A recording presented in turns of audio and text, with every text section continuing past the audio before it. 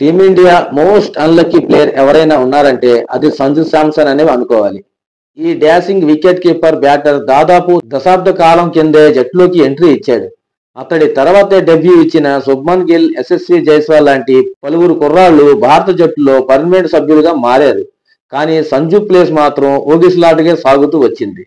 టీంలో ఉంచుతారో తీస్తారో అనేది ఎప్పుడూ అనుమానంగా ఉండేది.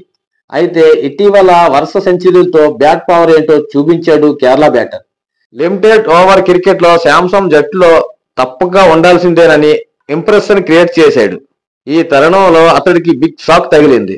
వరుస సెంచరీలతో టీమిండియాలో తన బర్త్ను పర్మనెంట్ చేసుకుంటున్న సంజుకు బిగ్ షాక్ తగిలింది. ఈ స్టార్ బ్యాటర్ విషయంలో కేరళ క్రికెట్ అసోసియేషన్ తగ్గేదేలే అంటూ దూకుడుగా వ్యవహరిస్తుంది.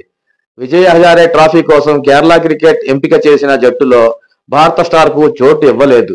ఈ డొమెస్టిక్ టోర్నీ కోసం తాను అందుబాటులో ఉంటానని 2 రోజుల క్రితమే ప్రకటించిన సంజు వచ్చే ఏడాది ఆరంభంలోనే ఛాంపియన్స్ ట్రోఫీ 2025 జరగనుంది. ఈ టోర్నీలో ఆడి టీమిండియాలో చోటు దక్కించుకోవాలంటే విజయ్ హజారే ట్రోఫీలో శాంసన్ రాణించాల్సి ఉంది. పరుగుల వరద పారించి ఛాంపియన్స్ ట్రోఫీ టీంలోకి తన స్థానాన్ని పదిలం చేసుకోవాలని సంజు భావించాడు. కానీ విజయ్ హజారే టోర్నీ కోసం నిర్వహించే సన్నాహక శిబిరానికి అతడిని ఎంపిక చేయలేదు. ఇందులో ఆడిన వారినే మెయిన్స్ టోర్నమెంట్ కు తీసుకుంటారు.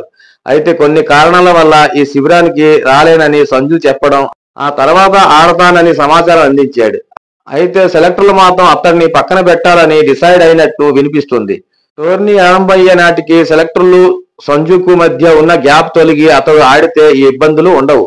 ఒకవేళ ఆడకపోతే మాత్రం అతడికి ఛాంపియన్స్ ట్రోఫీ తలుపులు దాదాపు ముగిసిపోయినట్లేనని ఎక్స్పర్ట్స్ అంటున్నారు. ఇన్ఫర్మేషన్ నచ్చితే ఒక లైక్ చేయండి, అలాగే ఛానల్ సబ్స్క్రైబ్ చేసుకోండి. Thank you.